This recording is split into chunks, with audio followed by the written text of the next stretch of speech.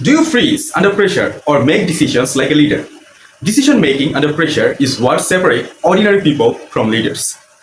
Use this decide model. Number 1, define the problem. Number 2, explore alternatives. Number 3, consider consequences. Number 4, identify the best option. Number 5, decide and act. Number 6, evaluate results. If you are in a tough situation, use these 6 steps that will make your decision more structured, faster, and effective.